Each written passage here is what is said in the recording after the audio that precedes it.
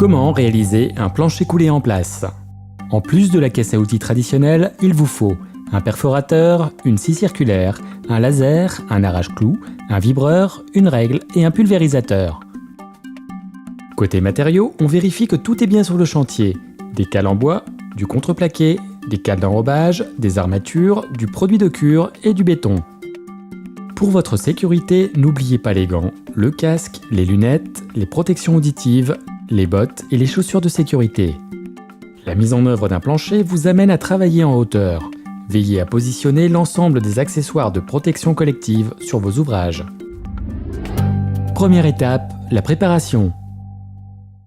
Commencez par vérifier la hauteur des arases des murs. Pour cela, servez-vous du trait de niveau.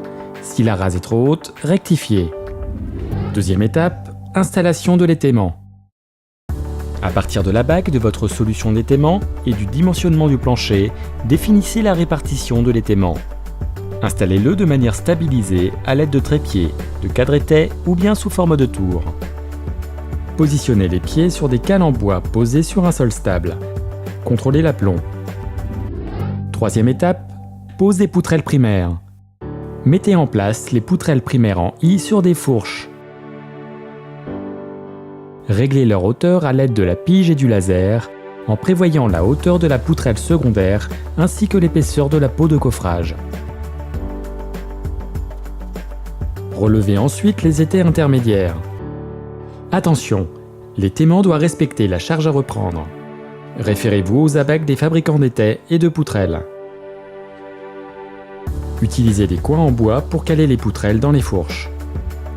Réalisez un contreventement de vos filières à l'aide de planches fixées sous les poutrelles et mises en butée des murs. Pensez à ne pas enfoncer totalement les clous pour faciliter le décoffrage. Quatrième étape, pose des poutrelles secondaires. Positionnez les poutrelles secondaires selon l'écartement prévu par leur fabricant, en fonction de la charge à reprendre. Fixez-les à la bonne position. L'utilisation de plateaux sur votre solution d'étaiement vous permettra de travailler à hauteur. Continuez sur l'ensemble de la surface de coffrage. Terminez par l'installation des garde-corps périphériques pour assurer la sécurité de votre zone de travail. Cinquième étape, pose de la peau de coffrage. Commencez par approcher votre contreplaqué du coffrage. Positionnez les plaques de manière à recouvrir le plus précisément possible la surface du plancher. Puis clouez-les sur les poutrelles pour les maintenir en place. Terminez votre peau de coffrage en réalisant une étanchéité de l'ensemble des joints. Utilisez du silicone pour les joints de rive et du scotch pour les liaisons de plaques. Sixième étape, pose des coffrages périphériques. Selon votre ouvrage, vous pouvez avoir besoin de réaliser un coffrage périphérique. Tracez l'emplacement puis positionnez le coffrage. Renforcez-le à l'aide de jambes de force. Installez maintenant vos réservations en suivant le plan d'exécution.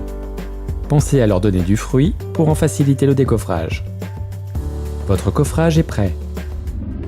Septième étape, le ferraillage.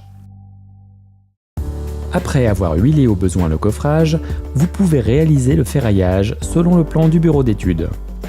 Pensez à positionner les cales d'enrobage pour garantir l'enrobage des armatures. Placez vos nappes de treillis en respectant un recouvrement de 2 mailles. Une coordination avec l'électricien et le plombier du chantier permettra d'intégrer les incorporations entre les nappes de treillis. Ligaturez au fur et à mesure l'ensemble des armatures pour éviter leur déplacement pendant le coulage.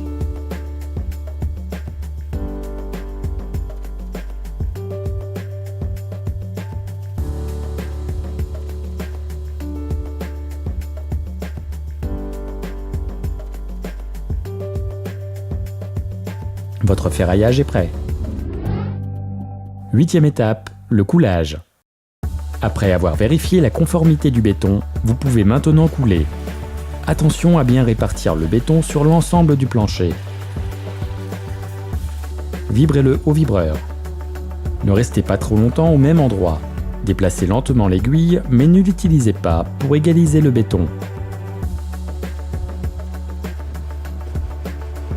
Réglez le niveau au laser, puis réalisez le niveau de finition prévu dans les dispositions du marché. Pour éviter une dessiccation trop rapide du béton, pulvériser un produit de cure sur la surface. Et voilà, c'est à vous de jouer.